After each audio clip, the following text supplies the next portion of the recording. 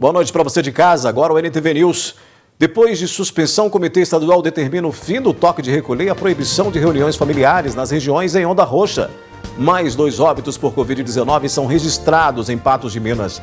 Número de novos casos da doença continua em queda e 32 novos contágios são confirmados.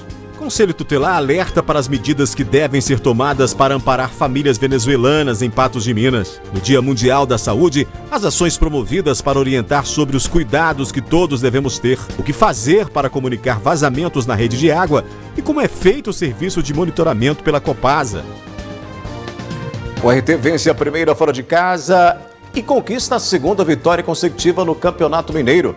Vereadores de Lagoa Formosa cobram explicações sobre reajuste de taxas impostas pelo SAI. Em meio à pandemia, a maioria se desdobra para o salário durar até o fim do mês. Sem previsão de novas doses, Prefeitura interrompe vacinação contra a Covid para idosos com 60 a 67 anos. A relação entre os tipos sanguíneos e o contágio do novo coronavírus. Sobreviventes da Covid podem sofrer com transtornos mentais e neurológicos. Agora no NTV News.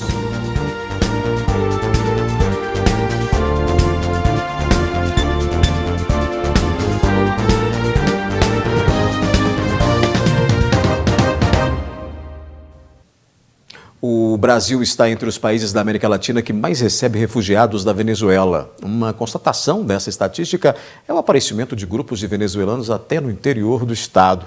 Em Patos de Minas, o Conselho Tutelar faz alerta sobre as medidas e o trabalho de amparo necessários, principalmente com relação às crianças que fazem parte dessas famílias em situação de risco. No final do ano passado, uma família de venezuelanos emocionou Patos de Minas. Recém-chegados do país de origem, eles pediram ajuda para conseguir reconstruir a vida após ter que deixar o próprio país em busca de um lugar melhor para viver. A questão de ser refugiado, de não ter uma residência, de ter um suporte, faz com que muitas das vezes eles vivam em condições de rua, Só que devido à comoção da população, há uma grande ajuda financeira, que proporciona que eles tenham condição de pagar uma hospedagem, comprar os alimentos que eles consomem, Com fome e sem ter onde ficar, a família fez um apelo nas ruas e praças da cidade com cartazes. Dias depois, a família conseguiu bastante ajuda e até moradia. Mas a família não ficou por muito tempo aqui. Os venezuelanos foram embora e deixaram tudo para trás. Desde então, a situação tem acendido um alerta das autoridades.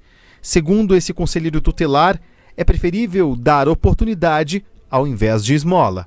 O Conselho Tutelar, em nome dessas crianças que passam por essa dificuldade, essa exposição que viola o artigo 17 do Estatuto da Criança e do Adolescente, que é expor a criança a uma situação vexatória, situação de risco, pede à população que ofereça oportunidade a essas famílias, que, se possível, ofereçam um emprego, ofereçam uma melhor condição deles viverem, Não é tão difícil ver cenas de pessoas que vieram da Venezuela, que estão em situação de rua e pedem ajuda pela cidade, não. De acordo com um profissional, o município tem condições de amparar as famílias que chegam na cidade em busca de melhores condições de vida. A preocupação maior são com as crianças.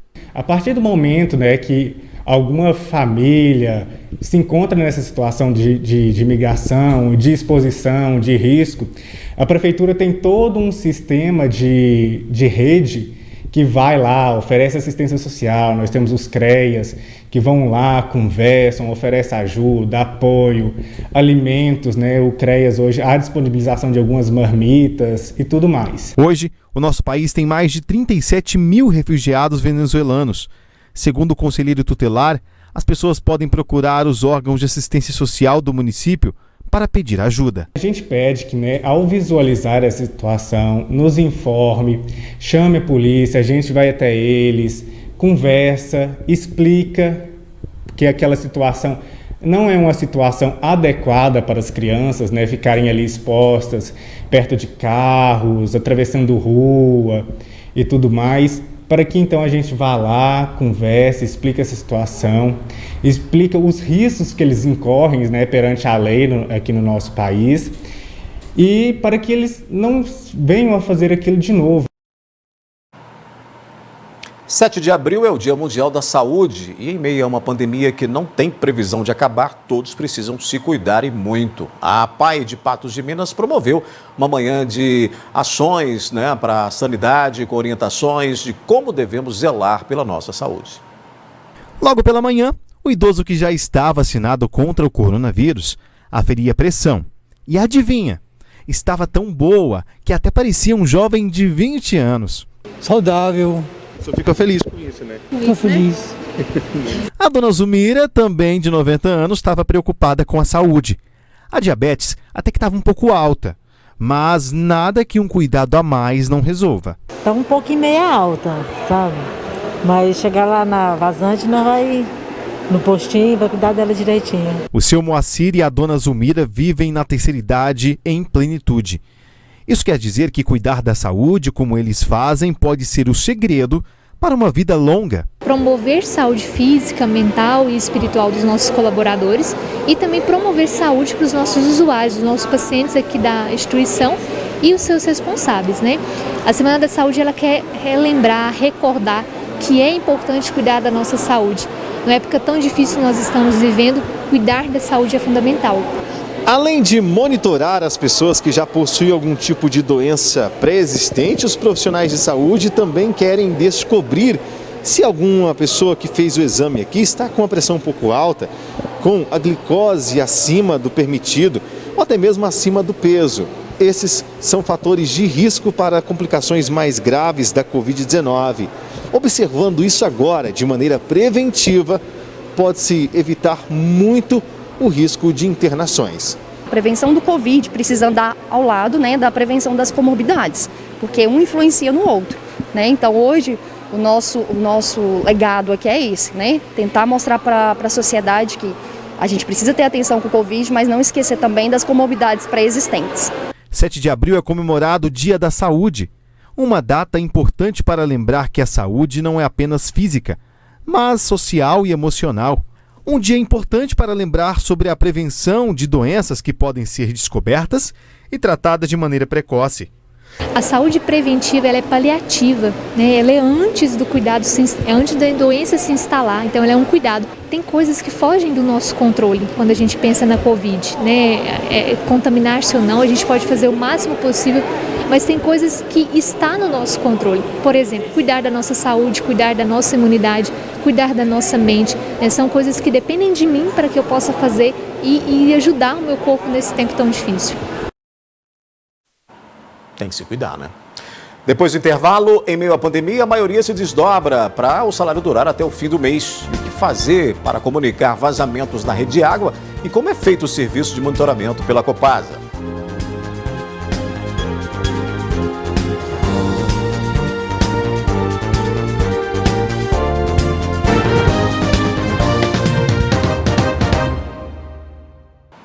Muito provavelmente você já pode ter até se deparado com sinais de vazamento na rede de água em Patos de Minas ou em outras localidades. Mas o que fazer quando isso acontece e como a Copasa realiza o serviço de monitoramento para resolver esses problemas? É o que você vai ver agora. Constantemente, a Copasa comunica à população sobre os trabalhos que tem desempenhado no município no que diz respeito ao abastecimento de água e, sempre que necessário, comunicados operacionais acerca de manutenções programadas ou emergenciais também são distribuídos para a imprensa e para a população por meio de aplicativos de mensagem. No caso das manutenções de emergência, muitas delas chegam ao conhecimento da companhia por meio da própria população junto aos canais de atendimento da Copasa. As notificações são enviadas ao sistema e depois designadas às equipes de campo. Nosso sistema de programação se chama SIGOS, que significa Sistema Integrado de Gestão de Ordem de Serviço. Ele é o sistema que faz todo o gerenciamento de nossos serviços. Diariamente, o SIGOS faz uma programação automática de forma inteligente, atendendo a critérios de prioridade. Ele coloca os vazamentos para serem executados antes dos outros tipos de serviço. São os programadores que fazem a triagem para determinar quais vazamentos são de maior porte ou de menor porte. Os maiores são colocados como prioridade, para serem corrigidos com mais agilidade, e os menores são consertados na sequência. cada solicitação ou ordem de serviço tem prazo limite para atendimento. Tão logo uma ordem de serviço de vazamento é gerada, ela tem que ser executada o mais breve possível, principalmente se o vazamento é de grande porte. Se o vazamento de grande porte persiste, além de provocar prejuízos para a empresa, pode provocar também falta d'água em alguns setores da cidade. E isso nem nós da Copasa e nem os clientes querem. Pela quantidade de quilômetros de rede de distribuição de água, é difícil monitorar todos os locais e saber se há algum vazamento. Por isso a importância da colaboração dos moradores, que podem comunicar a Copasa por meio dos canais de atendimento da companhia, que são o aplicativo Copasa Digital, o telefone 115 ou o 0800 0300 115, o site www.copasa.com.br, o e-mail faleconosco@copasa.com.br e ainda presencialmente na sede da companhia por meio de agendamento prévio. O auxílio vem com um pequeno alívio para algumas pessoas. Para outras, o jeito é se atentar aos gastos do arroz à gasolina, passando pelo aluguel e até o transporte público. Tudo está mais caro no Brasil. A educação financeira é aliada nesses tempos de crise. O vírus circula solto. Já o dinheiro, esse está de quarentena. Muita gente teve que se virar para buscar renda e viu no auxílio emergencial a salvação. Ainda assim, adaptações foram necessárias. No caso de Vitor, ele teve que se adaptar ao home office e com a perda de 25% na renda que tinha antes da pandemia. Mesmo assim, ele fez a mágica de fazer sobrar no fim do mês. Teve esse desafio também de cortar muita coisa, de organizar seu financeiro para caber dentro daquele valor, né? E ainda assim conseguir economizar pouco, muito pouco, mas conseguir. Então, assim, conseguir fechar a conta sem ter um grande impacto, entendeu? Sem sofrer. Depois do susto da pandemia, ele intensificou a busca por cursos e dicas de educação financeira. Com a estratégia, ele conseguiu fazer uma reserva de emergência para se manter por 6 meses. Eu acho uma conquista porque quando começou a pandemia, mesmo com aquela questão, nossa, a empresa poderia me demitir por questões da pandemia, eu estava tranquilo porque eu tinha um dinheiro guardado que poderia ser utilizado somente para isso. Além do medo de ficar doente, o brasileiro enfrenta a queda na renda. E a consequência imediata disso é a preocupação com o futuro. De acordo com uma pesquisa feita por uma corretora de seguros, 41% dos brasileiros buscaram mais informações sobre finanças na pandemia e formas como fazer uma reserva, mesmo com a grana curta. A nossa pesquisa mostrou que 48% das pessoas declararam que a pandemia as fez economizar mais. E metade, por exemplo, deixou de comprar bens de alto valor. Então, a pandemia veio trazer o inesperado, né, para as pessoas. E aquelas pessoas ou empresas que não tinham uma reserva de emergência, dinheiro e caixa, se encontraram em situações mais complicadas. Isso traz um nível de consciência maior em relação à necessidade, por exemplo, de uma reserva de emergência, de uma organização financeira que pense mais a longo prazo. Para o professor de economia da UFMG, o primeiro passo no momento é conhecer o perfil das dívidas e estabelecer prioridades. A pessoa vai ter que, em primeiro lugar, ver a questão da prioridade, a importância, o que é, qual é a natureza do item que está por trás da dívida. É uma conta de energia, uma conta de água, algo que pode ser cortado, pode ser eliminado, pode trazer interrupção e pode, portanto, causar danos ainda maiores. Algo que pode ser, então, portanto, protestado, pode ser levado a cartório, ser cobrado mais na via jurídica. A questão do custo também é muito importante. Então, a questão da prioridade, o que está por trás da dívida, a natureza da dívida e a questão do custo da dívida. Tem dívidas que têm custos elevadíssimos. Uma dívida com cartão de crédito, por exemplo, se você deixar rolando ali no rotativo, você pode se enforcar. As finanças pessoais, elas começam com você entendendo o que são os seus gastos superficiais e o que são os seus gastos essenciais. É a partir daí que a gente começa a entender se dentro das suas finanças pessoais você está gastando mais do que deveria, menos do que deveria, se você tem alguma gordura ali que você consegue poupar, se tem algum dinheiro que você consegue deixar para uma reserva de emergência, né, que é o segundo passo. Uma vez que você classifica os seus gastos, você tem que montar uma reserva de emergência. Eu acho que vale muito a pena, porque a tranquilidade que você tem, não tem dinheiro que pague. Ou tem, né? É complicada, né, a situação.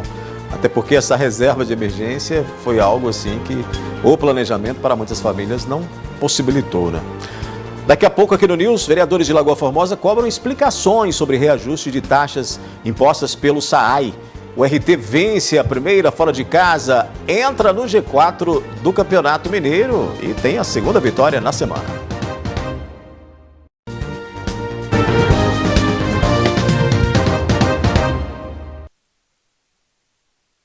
Na reunião da Câmara na noite desta terça-feira, os vereadores questionaram o SAAI sobre o reajuste de taxas no fornecimento de água no município. Um dos objetivos foi o esclarecimento e orientação sobre o funcionamento do SAAI, uma vez que nos últimos dias a companhia teria programado o aumento de uma taxa cobrada em Lagoa Formosa, principalmente no setor comercial.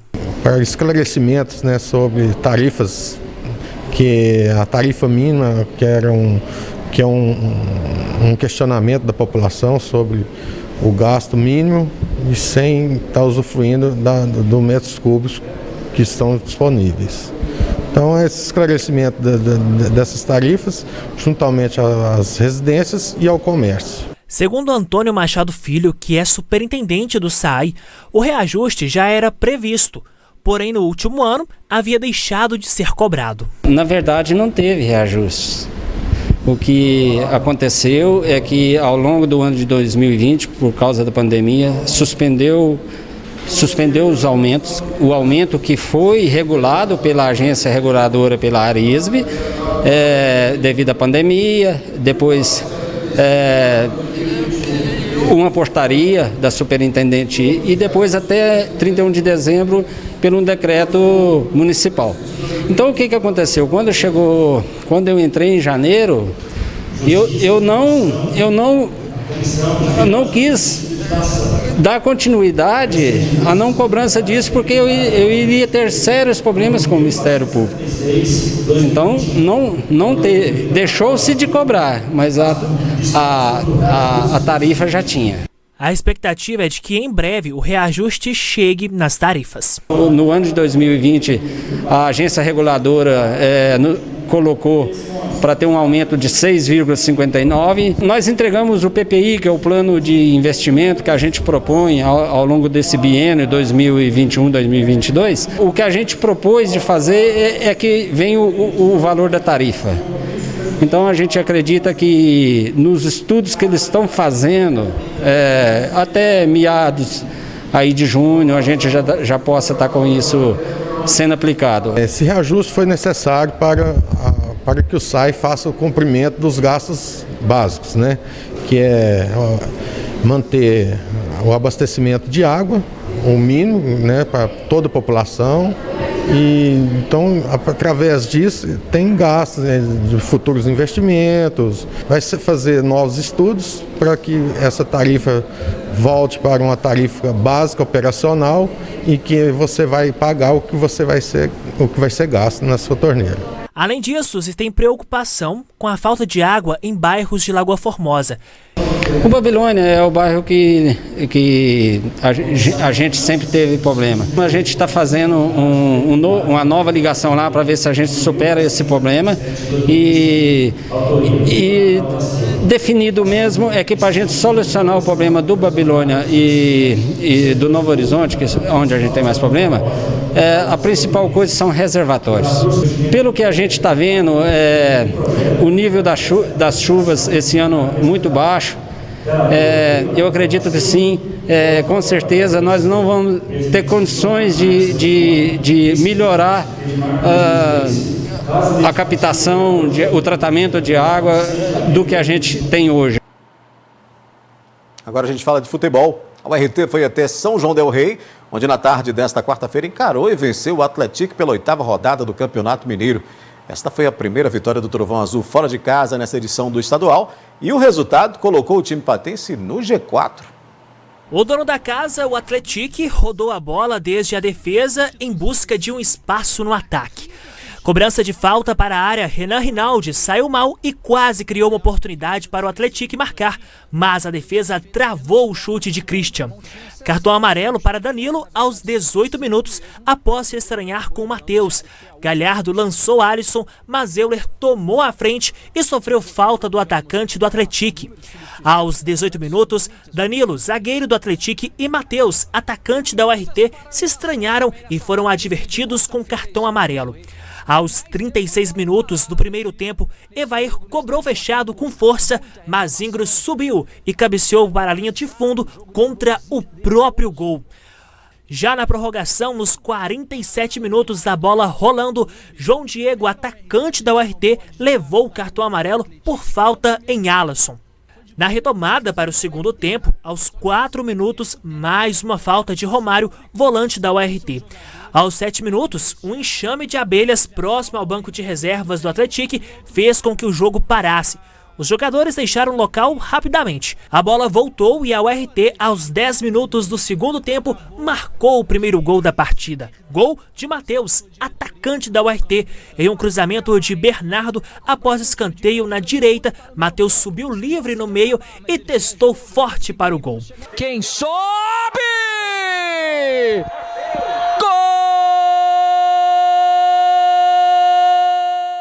Aos 41 minutos, jogo seguindo com mais cartões, faltas e até expulsões.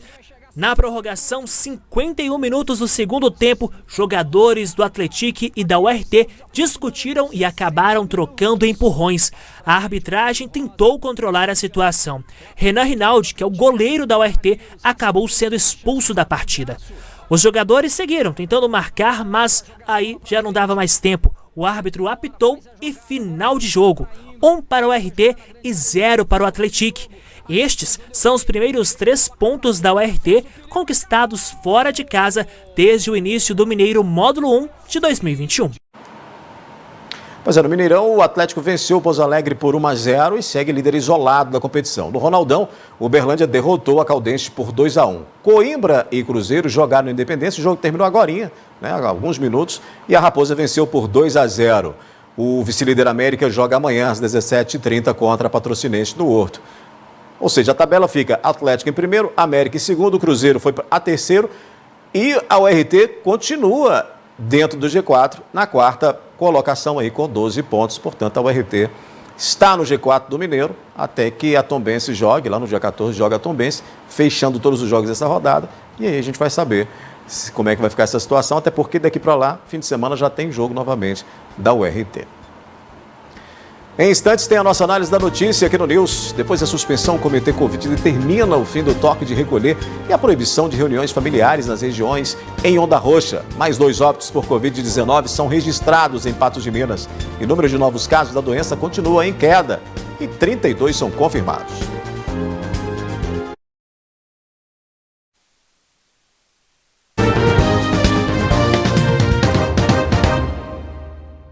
A Câmara dos Deputados concluiu nesta quinta-feira a votação do projeto que permite à iniciativa privada comprar vacinas para imunização de empregados desde que seja doada a mesma quantidade ao SUS. Segundo o texto, os empresários poderão comprar vacinas que ainda não tiveram aval da Anvisa, desde que autorizadas por agências reconhecidas pela Organização Mundial de Saúde.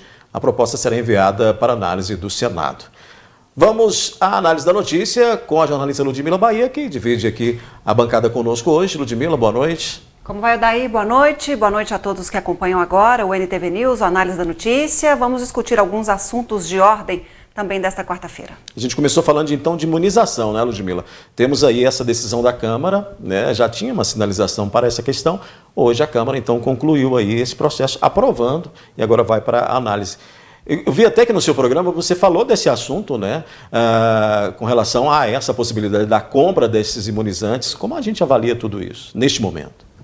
Pois é, Odair, uma questão que a gente tem que levantar é: será que as empresas terão mais competência para comprar essas vacinas do que o próprio governo brasileiro? Há imunizantes sobrando, que pode haver esses acordos para agilização?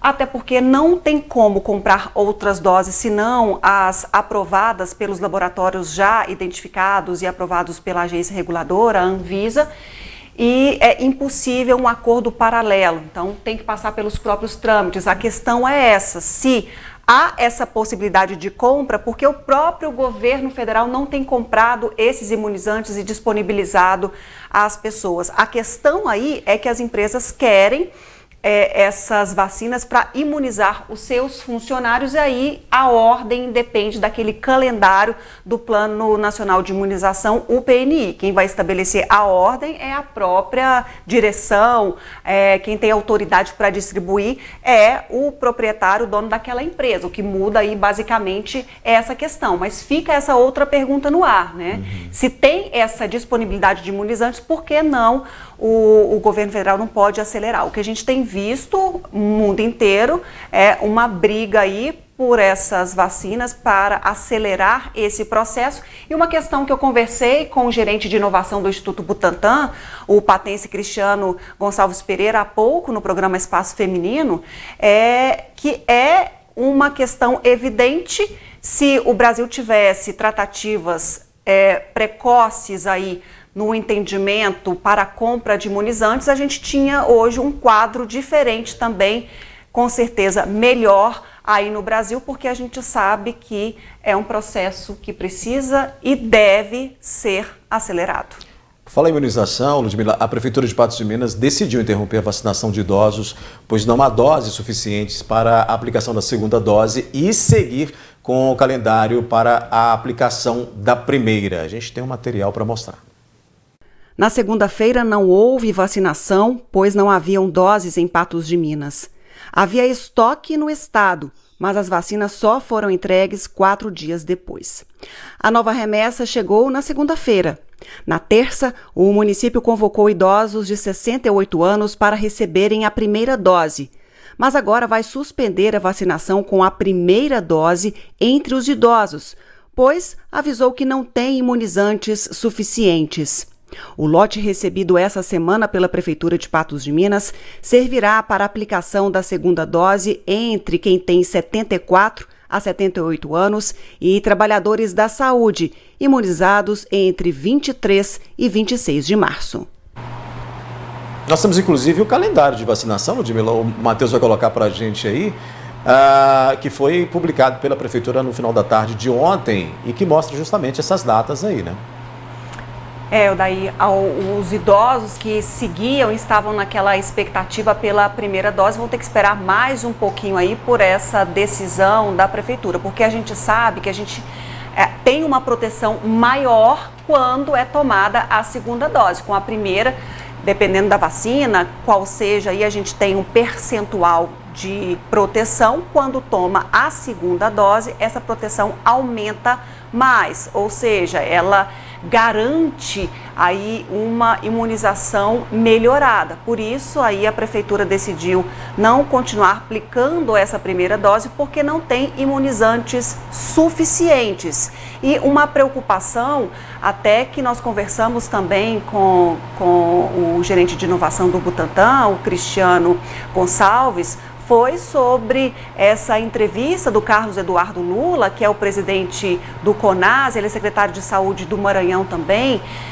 dessa questão que ele traz, que pode haver aí um apagão de vacinas no país. Há essa incerteza do Ministério da Saúde, há essa questão de dependência total do insumo chinês.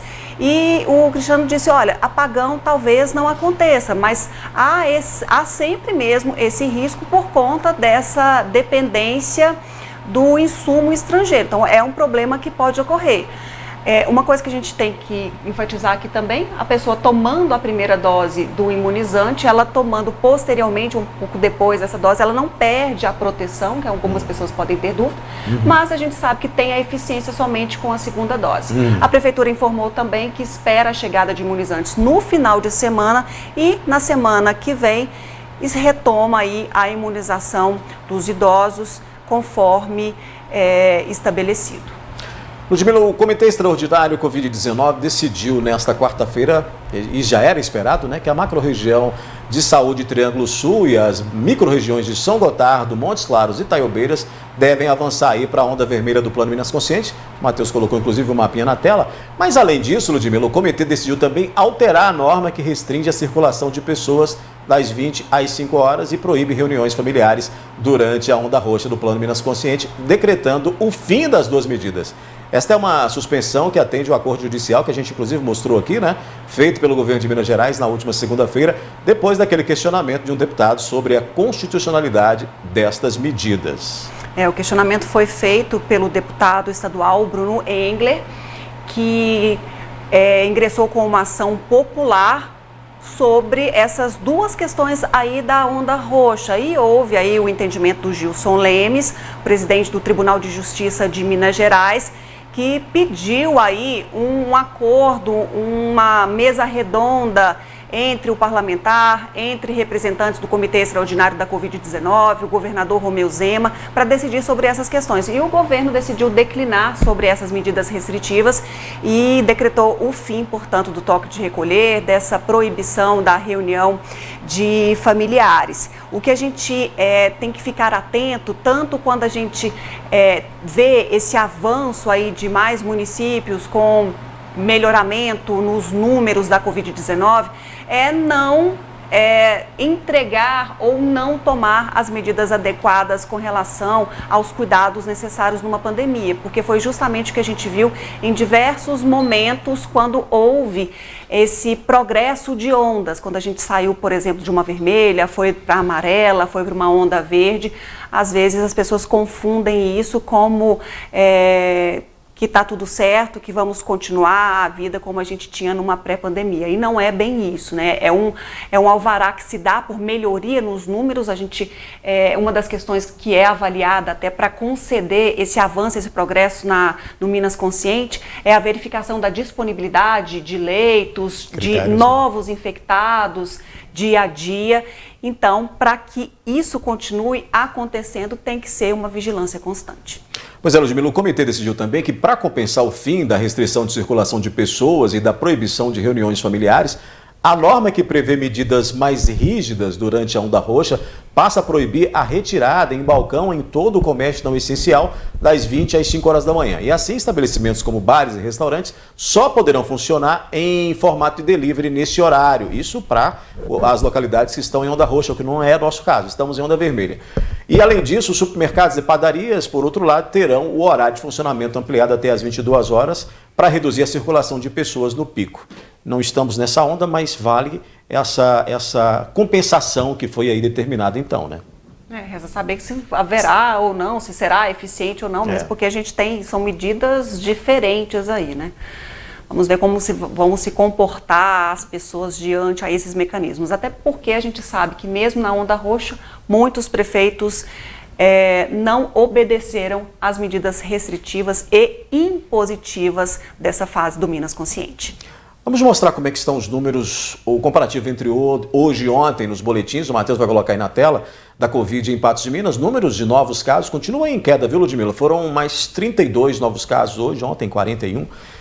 O percentual de curados chegou a 93,22%, está aí também nos números. No entanto, os óbitos continuam sendo registrados, né?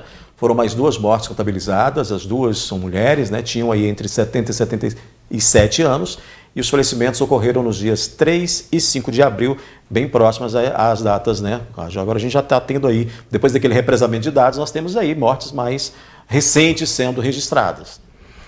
Pois é, Odair, a gente tem vários números positivos aí nesse boletim epidemiológico do município, mas essa preocupação constante com mais mortes registradas a cada informe, essa é uma preocupação, porque é um dado que não dá trégua, são as mortes em decorrência da Covid-19. São dados que não dão trégua. Há quanto tempo que todos os dias a gente observa a gente informa e a gente lamenta mais mortes em decorrência da Covid-19.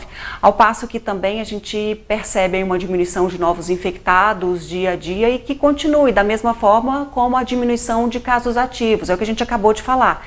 A gente só não espera que com essa flexibilização de medidas, o comportamento das pessoas diante a coronavírus, diante a essa pandemia e obviamente das autoridades, também não esmureçam aí, que elas continuem vigilantes, atentas, é o que a gente precisa. Não pode relaxar agora, né?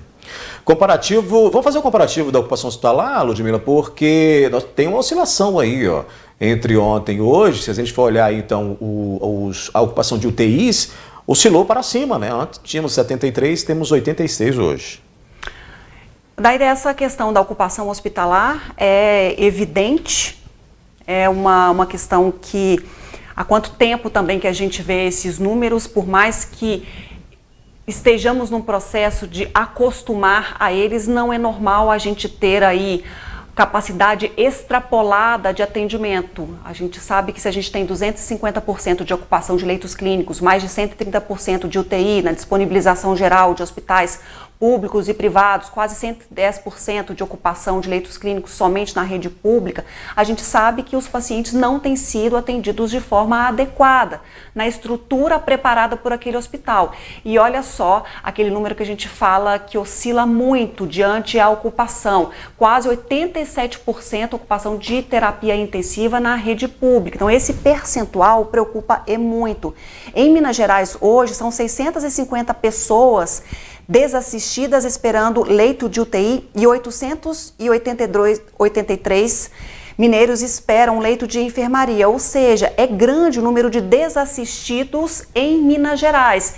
Quando a gente percebe que Patos de Minas tem uma melhora no número de infectados dia a dia, mas há também um agravamento daqueles que apresentam a Covid, tanto que esse percentual de ocupação não tem dado trégua, não tem dado fôlego, o que reforça essa necessidade e essa preocupação com os cuidados, bem como que a gente falava dessa celeridade no rito vacinal. Até porque a gente já presenciou, já viu isso, de um momento melhor na pandemia, de um alívio na pandemia, as pessoas voltarem a ter comportamentos de risco, né? O que faz aumentar esses números.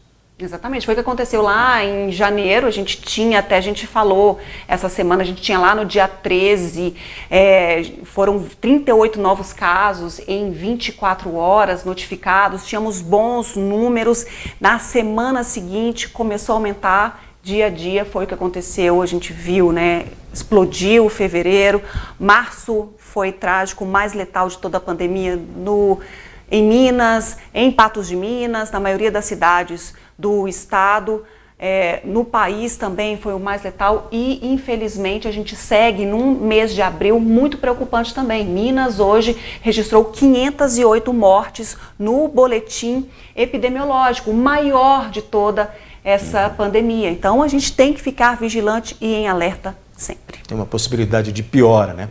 Vamos fazer uma parada aqui, a seguir aqui no News a gente fala dos sobreviventes da Covid que podem sofrer com transtornos mentais e neurológicos, a relação entre os tipos sanguíneos e o contágio do novo coronavírus.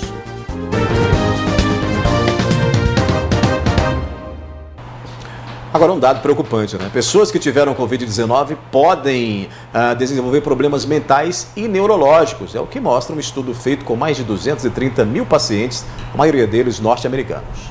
O levantamento apontou que 1 em cada 3 sobreviventes da doença teve diagnóstico para distúrbio cerebral ou psiquiátrico dentro de 6 meses. Os pesquisadores que conduziram a análise disseram que não está claro como o vírus está ligado às condições psiquiátricas como a ansiedade e a depressão, mas que esses são os diagnósticos mais comuns entre os 14 distúrbios que foram considerados.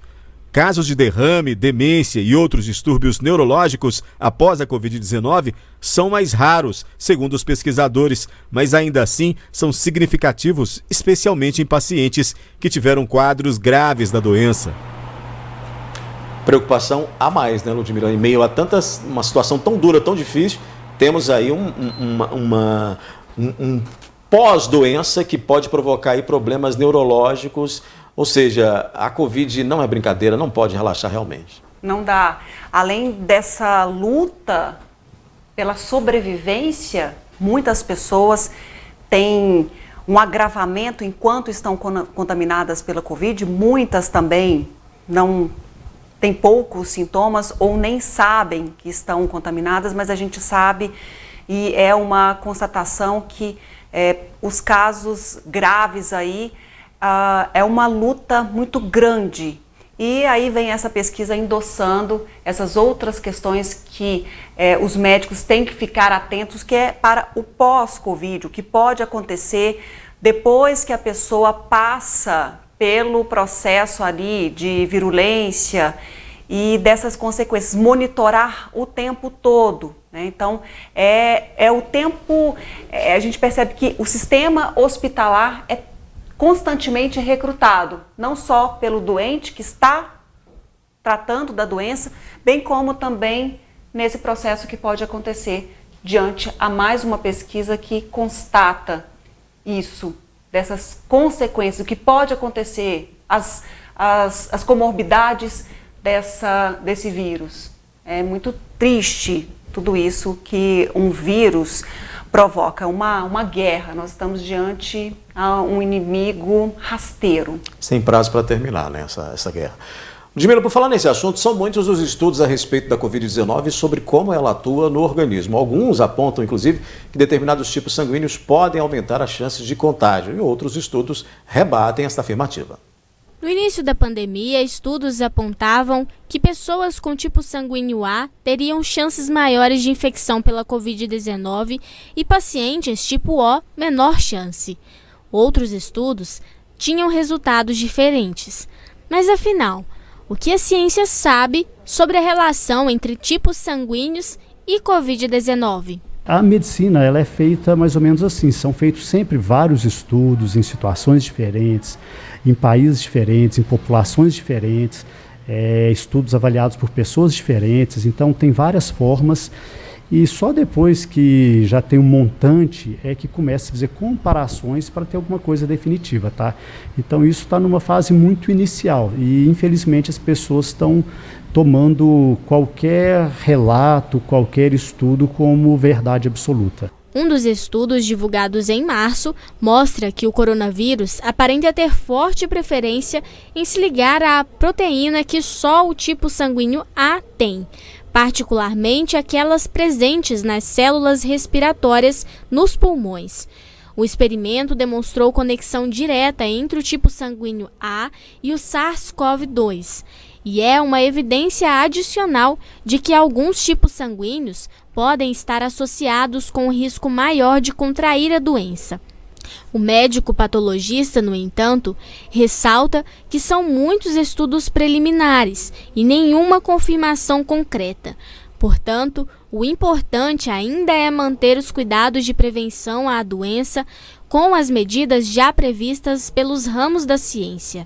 O importante é que, apesar dessas notícias, né, que vem chegando, é que se mantenha esse quadro de observação para evitar contato, estar usando máscara, fazer todas essas recomendações, né, que a gente está vivendo para evitar o acúmulo de pessoas, e isso está trazendo resultado. Então isso que é o mais importante, e não a pessoa achar que por causa de um grupo sanguíneo ou outro ela tem uma proteção maior ou não, que isso não tem nada definido ainda. Até porque esse é um vírus que ele se apresenta de forma leve e de forma letal, e com variantes que contagiam mais e até matam mais. Então, são estudos que são importantes serem feitos, mas são estudos que não dão garantia também para sangue A ou B se vai ou não ter mais força diante de uma doença como essa, né, Ludmila? Até falando em pesquisa, até o FMG descobriu, né, em Belo Horizonte, uma cepa do coronavírus com 18 mutações. Nossa. Então, são diversas frentes, diversos estudos aí com muitos apontamentos, mas a gente tem que trabalhar com as garantias que temos. Então, não é porque eu tenho um sangue do tipo O que eu vou não tomar as medidas de distanciamento ou os cuidados devidos para evitar algum tipo de contágio. É preciso ficar vigilante. Essas pesquisas dão nortes e direcionamentos, mas a constatação depende aí de um tempo maior, de observação, de avaliação de pares para atestar se aquilo é uma evidência ou não, se pode trabalhar como fato concreto da ciência. O que a gente sabe, Odair, é que a gente tem um vírus com comportamento diverso que pode provocar muitos estragos, pode tirar vidas, infelizmente, e que a gente deve e tem que continuar com os cuidados que estamos tomando. Pois é, por falar nessa questão de cuidados, desde que começou a pandemia, uma das doenças em crianças e adolescentes de 0 a 19 anos tem sido associada à Covid, Ludmila, que é a síndrome inflamatória multissistêmica pediátrica. A síndrome inflamatória multissistêmica pediátrica é uma das doenças temporariamente associadas à Covid. As crianças diagnosticadas com a enfermidade podem apresentar um quadro de insuficiência respiratória grave, além de doença renal e insuficiência cardíaca agudas. Também pode afetar os vasos sanguíneos e as artérias. Os principais sintomas são febre, manchas vermelhas na pele, conjuntivite, edemas nos pés e nas mãos. É uma doença que veio no rastro da Covid, como explica esta infectologista. É um processo inflamatório desencadeado pelo vírus. E ele não aparece geralmente na fase inicial. Ele aparece 2 semanas depois da infecção primária. É como se o vírus desencadeasse um processo inflamatório e aí o vírus vai embora e deixa a inflamação no organismo. Ele do Covid em criança, é a doença mais grave da criança, com a maior taxa de mortalidade que a gente tem. Desde o início da pandemia, a síndrome já teve aqui em Minas 241 casos notificados. 128 foram descartados e 85 confirmados. 71 tiveram alta. Uma criança em Juiz de Fora morreu em consequência da síndrome. De acordo com o levantamento do último boletim epidemiológico divulgado pela Secretaria de Estado da Saúde, esses números representam quase 12% das notificações no país. 36 cidades mineiras tiveram ao menos um registro da doença. Quase 53% dos casos foram confirmados em crianças de 0 a 4 anos. 40% ocorreram em crianças de 5 a 9 anos. Mais de 80% das crianças que apresentaram a síndrome não tinham comorbidades. Na capital, onde ocorre a maior incidência, já foram registrados 30 casos. Situação que tem colocado pediatras e médicos em alerta é que, em muitos casos, a infecção pode ser assintomática. Por isso, é bom os pais reforçarem os cuidados. Tem que ter uma casa ventilada, as janelas abertas, ficar preocupado com a higienização de mão, né? A criança toda hora põe a mão no objeto e põe na boca. Então, assim, o isolamento social, né? Ficar restrita à casa, ter pouca saída ou entrada de pessoas dentro da casa, para evitar todos os vírus, inclusive o Covid. Mas se ficar em casa, vai evitar também os outros vírus relacionados nessa época do outono e inverno, que é mais comum. Essa doença multi-inflamatória multissistêmica, quando tem o diagnóstico, não tem tratamento em casa. O tratamento é hospitalar, a medicação é venosa, geralmente terapia intensiva, né? Não tem nada para fazer em casa. Quando perceber que o menino está doente, tem que levar um serviço, e aí para o médico, nesse momento, tem que alertar dessa possibilidade, o médico pensar nessa síndrome inflamatória relacionada ao Covid, né, para poder pensar no diagnóstico e fazer os exames específicos.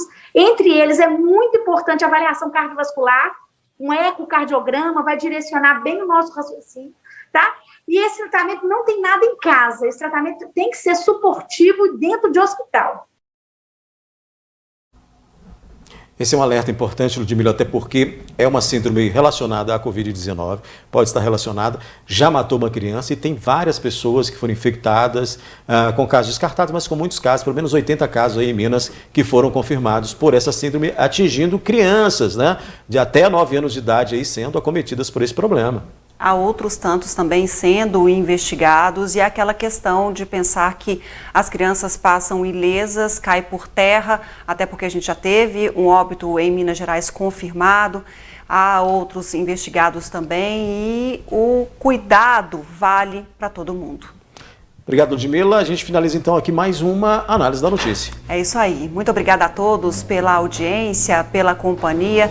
Parabéns para você, Odair, para todos nós, jornalistas. Lembrando e reforçando que informação é vital. Então, busque a informação com aqueles que estão checando, apurando, estão junto com o fato e ali lado a lado com a verdade. Obrigada a todos pela audiência, pela companhia. Amanhã a gente se vê.